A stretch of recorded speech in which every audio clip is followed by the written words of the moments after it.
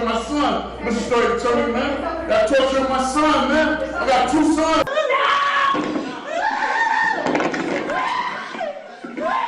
Our first case takes us to a courtroom where the air is thick with anticipation.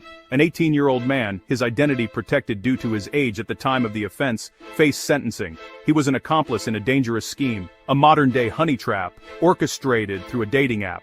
The plan was simple: lure an unsuspecting man to a meeting and then rob him. But on that night, the plan spiraled into violence. The robbery escalated, and the victim was shot and critically injured. The young man wasn't the trigger man, but under the felony murder rule, if a serious injury occurs during the commission of a dangerous felony, all participants can be held equally responsible. He was culpable.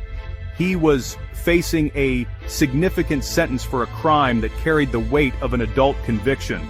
The prosecution detailed the terror inflicted upon the victim, while the defense argued for leniency, painting a picture of a misguided youth caught in a situation far beyond his control. A life hanging in the balance. All of it, a life-altering catastrophe that began with a simple swipe on a screen. The judge's voice was steady as the sentence was handed down. 20 years. Chapter 2. Some crimes are so dark they defy comprehension. The death of a child is an unimaginable tragedy, made all the more horrific by the circumstances. In the dock stood 2 women, the child's mother and her partner. They were on trial for a prolonged period of cruelty that led to the death of a 3-year-old girl. The judge, his voice heavy, recounted the evidence of systemic neglect and abuse. The child had been starved, isolated, and beaten over many months.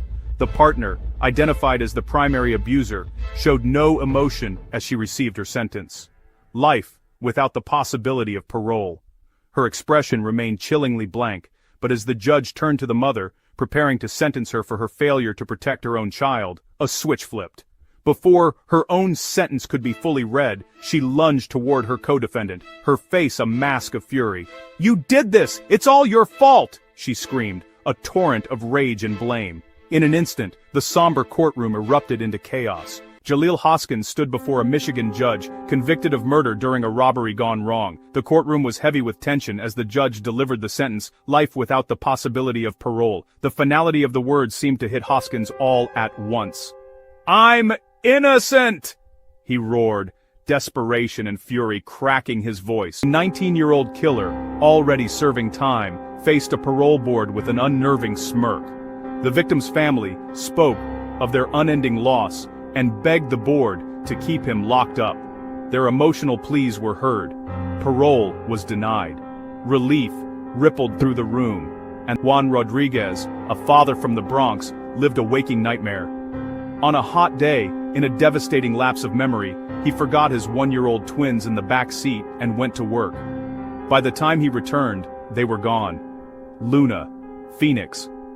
He faced manslaughter charges, but the district attorney ultimately dropped them all, concluding his grief was punishment enough. When the decision was read, he broke down, a collapse of overwhelming relief, mixed with an unending soul-crushing sorrow. Michael Marin, a former Wall Street trader, was facing ruin after being convicted of arson. He had set his Phoenix mansion on fire for the insurance money. As the guilty verdict landed, he calmly raised his hands to his face and swallowed a hidden cyanide capsule. Moments later, violent convulsions racked his body. He collapsed, choosing death over prison, in a final, shocking spectacle of defiance. Marcial Anguiano stood for sentencing. As the words were spoken, his simmering rage began to visibly escalate. Suddenly, he exploded. With shocking athleticism, he vaulted the defense table and launched himself in a desperate charge toward the bench. For a terrifying, heart-stopping moment, it seemed he would reach her as the judge recoiled, in shock. But bailiffs intercepted him in a flying tackle just feet from his target. A taser crackled. He was subdued. Shaken, but resolute, the judge regained her composure and, in a powerful display of authority, completed the sentencing to an empty chair. The courtroom is a stage where the final act of a human drama plays out. It is a place of consequences, where lives are irrevocably altered.